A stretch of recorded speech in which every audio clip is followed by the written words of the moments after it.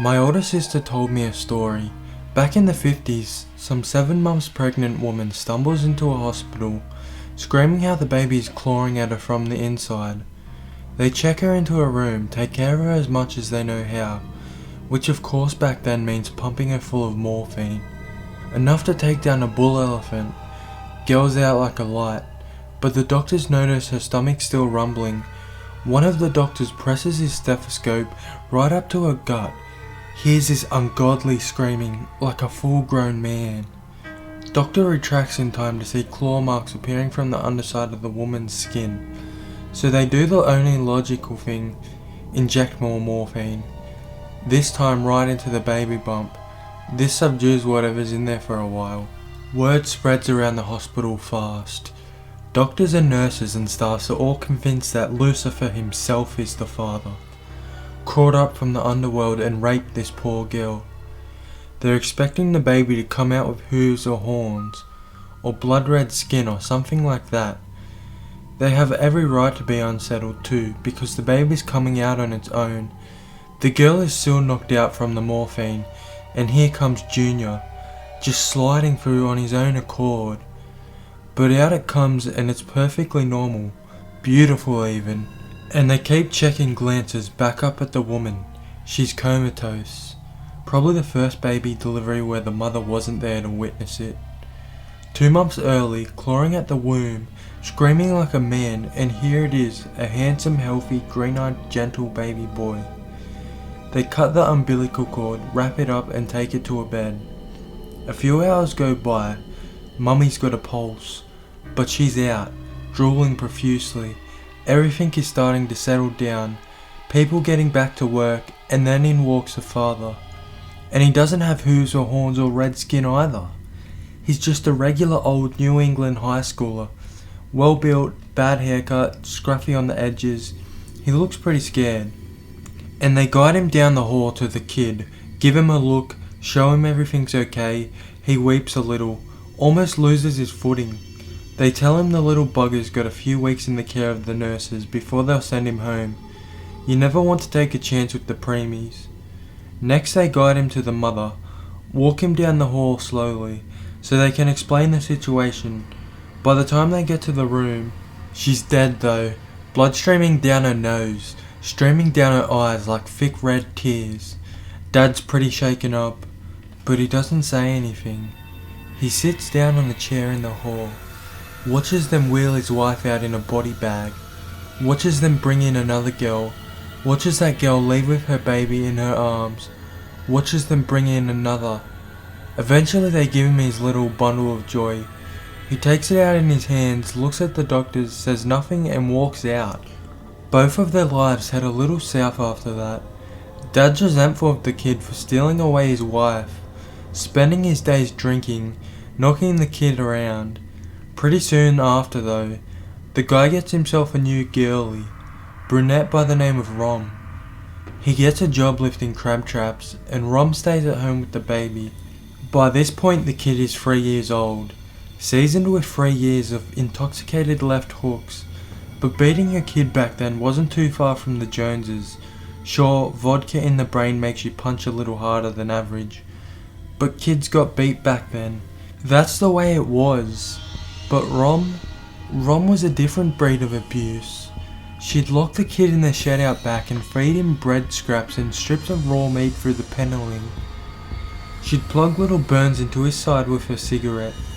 She made him wear a flea cone, and Dad'd come home, wouldn't stop the bitch from what she was doing.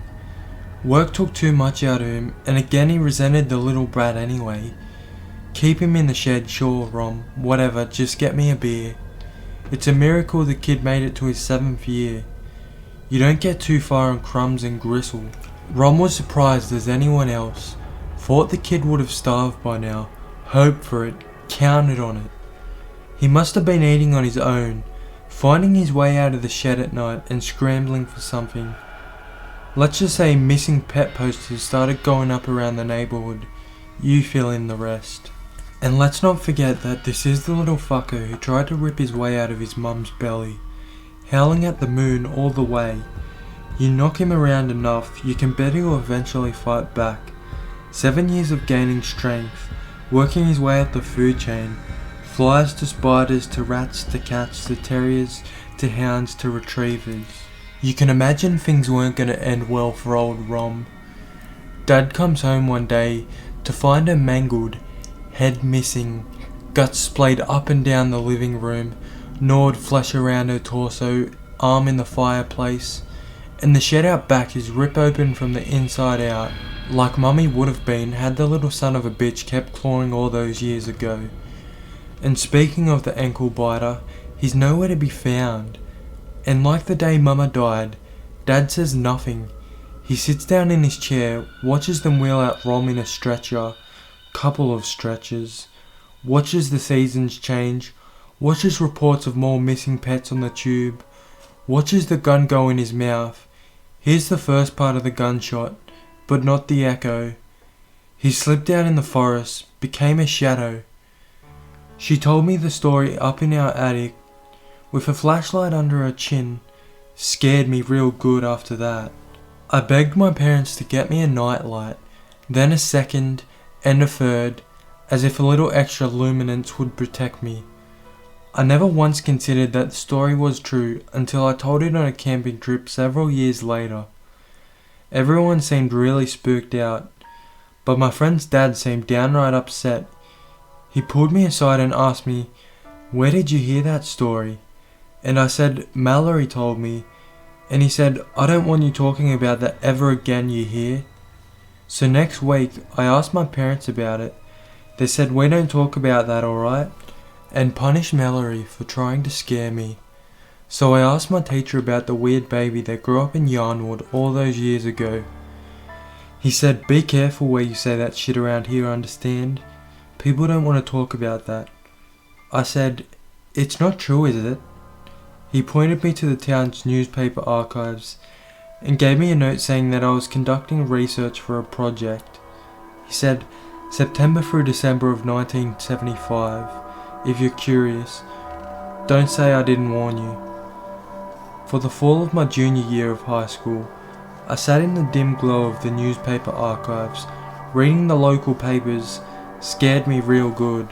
This is my own dramatized account of what I gathered, an abridged version, if you will, for those who don't want to read 4 months worth of local newspaper entries. Holy Abel was the first to go. They painted her face on the water tower. The letters read, "Holy Abel, age 16, missing." I feel bad for the guy who had to paint that shit there. A true craftsman. Probably went to art school, studied Monet, and here he had to paint the giant face of some missing girl. He got her glowing blonde curls just right. Anyone who knew Holly couldn't keep her hands out of her hair. He captured that essence. But I really feel bad for the son of a bitch who had to paint it over a week later. 16 blue paint buckets, multiple coats. He probably went over the word missing first, then worked his way up, painting over her hair and eyes and everything. You gotta wonder what he was thinking about, why he was doing that. He was probably thinking about how his daughter could be next. You see, some old man walking his dog found Holly earlier that morning. She was lying face down in the creek, blood dying in the water for miles downstream. He went straight for the police. The cop who flipped over her body immediately jerked away and lost his breakfast. Others pushed past him, then did the same. Even the most hardened inner city cop would have choked up his coffee. You know a Glasgow smile? That's where they cut through your cheek flesh from ear to ear, so you hung in a perpetual crooked grin. Holly had that, freshly stitched up. She had multiple stab wounds in her chest, and hundreds of bruises up and down her body. Entire chunks of flesh were sliced off. Most of her blood was drained, all her top teeth were missing, while the bottom ones were completely intact. Her hair, golden, beautiful, was completely shaved. Autopsy later showed signs of intensive sexual abuse and sodomy. They cited the cause of death to be hemorrhaging from the blows to her face and head. Panic settles over a small town faster than a thick fog. Both haunted the walls of Yarnwood that fall. Cindy Bowman, a red-headed junior, was next. Then any short freshman tennis player, apple of many boys' eyes. Then Carrie Cassidy, whom no one really knew, though that didn't mean any less tears. Then Sasha Belmont, the baker's daughter. The only thing close to a clue was Carrie Cassidy's broken horn-rimmed glasses, found out in the woods by the football field. Curfews, 24-hour neighborhood watches, 3 FBI agents from Washington staying in the local inn, combing of every forest, pulling of every river, no expenses spared, no girls found. That's when word started twirling around of that self-birthing baby from 20 years before, the one that popped its stepmom's head off and scurried away into the night. Must have been 22 by that point.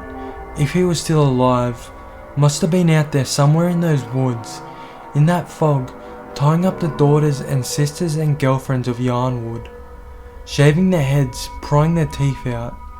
On the first day of winter, oddly enough, when the fog had cleared, the corpses of Cindy Bowman and Ann Short and Carrie Cassidy and Sasha Belmont popped up in the same creek bed as Holly Abel.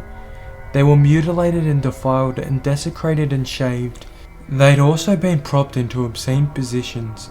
Cindy placed as if performing cunnilingus on Sasha. Ann fucking Carrie with a twig. Tears and heartbreak and vomit ensued. For 6 months the watches and the curfews and the searching for the devil boy continued. But after the faintest hint of normalcy crept back in, and it seemed like things might be back to normal, Yarnwood fell back into routine. Everyone rubbed their eyes, like waking up from a long terrifying nightmare, and wandered back to work. The fear that held the town in its icy grip soon started to let up. People could breathe again, but part of you never lets your guard down after shit like that, especially when the sick fuck responsible for it all is still walking around out there, somewhere. Nobody talks about it around here. Talk to anyone, they'll deny it ever happened. It's our town's dirty little secret. We've suppressed it out of guilt for letting those girls die, or out of fear that he's still out there. We all know he is, wondering, plotting, as Jim Morrison would say. His brain is squirming like a toad, just waiting to claim his next victim. He ain't no boogeyman. He doesn't creep into your room on the weight of a shadow and stretch out his spidery fingers and grab your feet as if you don't tuck them in. That's kids' book stuff. He bursts into your room like a fucking freight train, wearing a bristly coat made of the hair of his victims, a glowing golden patch courtesy of one Holly Abel. He's got a necklace of teeth around his neck. He's screaming bloody murder as he enters, bounding across the room to your bed and seizing you by the scalp, then dragging you off to hell. You can't turn him away by saying your prayers at night, by keeping your nightlight on, by always washing behind your ears. The best you could hope for is to lock your doors and windows, and even then no promises.